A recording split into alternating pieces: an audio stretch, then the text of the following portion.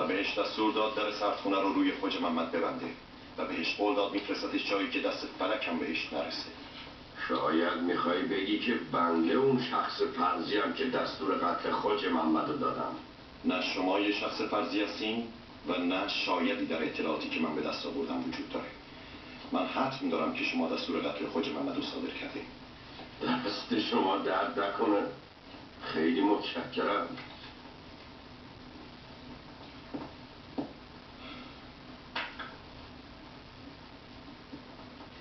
اگه همین الان و همین جا جعفرقلی رو با شما روبرو کنم چی؟ بازم اینطور و با این لحن متشکریم؟ حرف آخرتو بزن. بچه های من جعفرقلی رو از سر شغلی که شما توی تهران بهش داده بودیم دزدیدن و آوردنش اینجا. اون همه چی رو اعتراف کرده. از نظر مدارک پرونده شما حرف نداره. حتی یه مو لادرزش نمیره.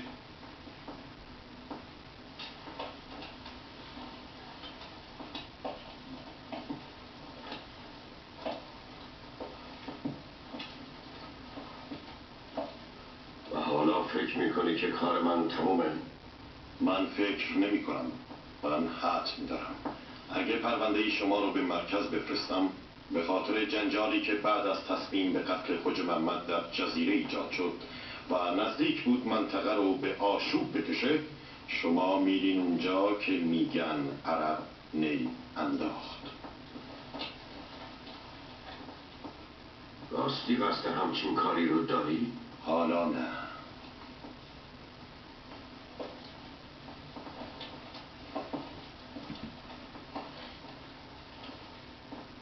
اگه حالا نه پس که؟ وقتی که بار دیگه دوست صمیمی پدرم بدون اطلاع من لقمه ای رو از سر سفره برداشت. بشین.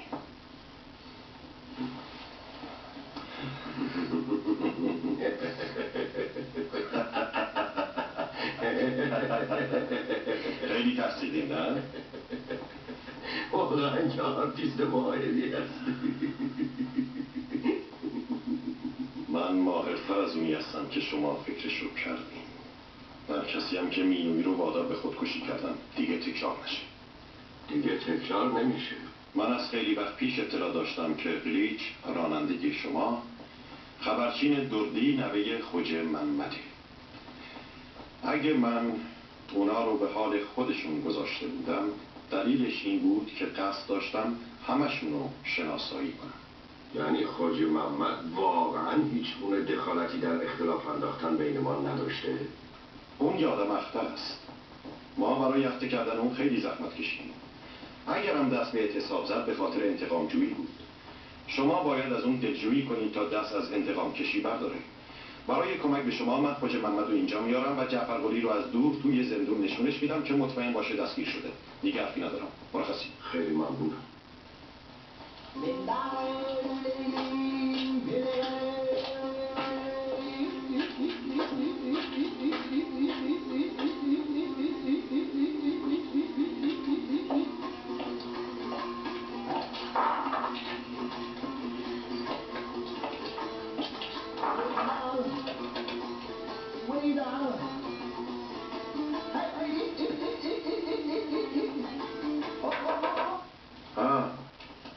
خوجه بیا تو. سلام خوجه محمد. چطوری خودفروش؟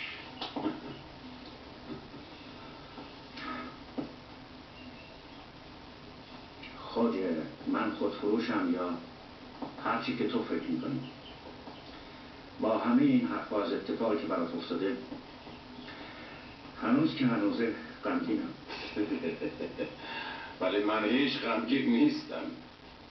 با اون جنجالی که من راه انداختم الان باید استخونامم جلو سگا انداخته باشم. مگه نه وقتی؟ تو آدم عجیبی هستی خوجه محمد. من آدمم عجیب نیستم. رئیس میخواد برگردی سر کارت. من حوصله شوخی کردن رو ندارم. رئیس تو رو سرمسئول سردخونه ها کرده.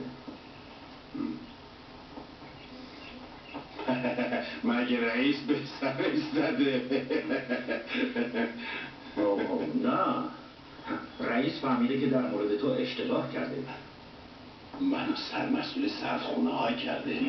آره، همون پستی که همیشه میخواستی. رئیس عقلشو از دست داده؟ نه، رئیس تازه سر عقل اومده. اون تو رو داخل خانواده کرده خوجه. رئیس عقلشو از دست داده. بهتر تو حالا از این فرصت میتونی حسابی استفاده کنی. بزن خوجه محمد که حالا وقت زدنه. بخون خوجه محمد که حالا وقت خوندنه. بشنوی وقتی حالا وقت زدنه، حالا وقت خوندنه.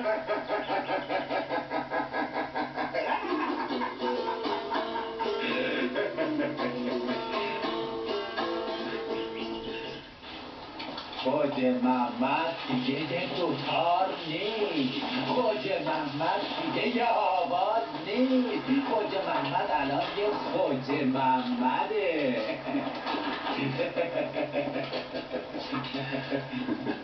آره، خوجه محمد الان یه خوجه محمده، باور کن. کور که نیستم، یال و کوبال تازه رو دارم میبینم. چرا باور نکنم؟ باور میکنم. بعدن بیشتر از اینا باورت میشه. نکنه روز جشن میخوان بابت پایمال کردن خون دردی و پیلیک بهت مدال بدن.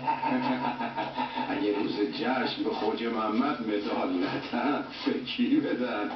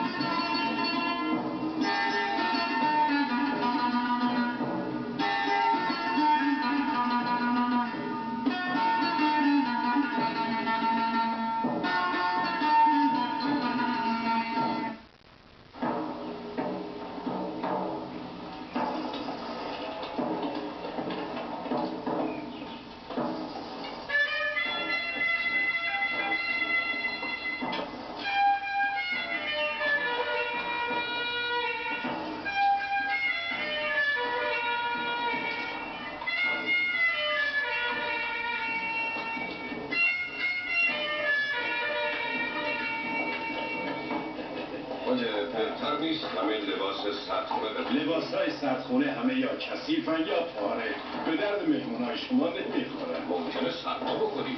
فکرشو کردم، گفتم درجه سرما رو بیارن پایین.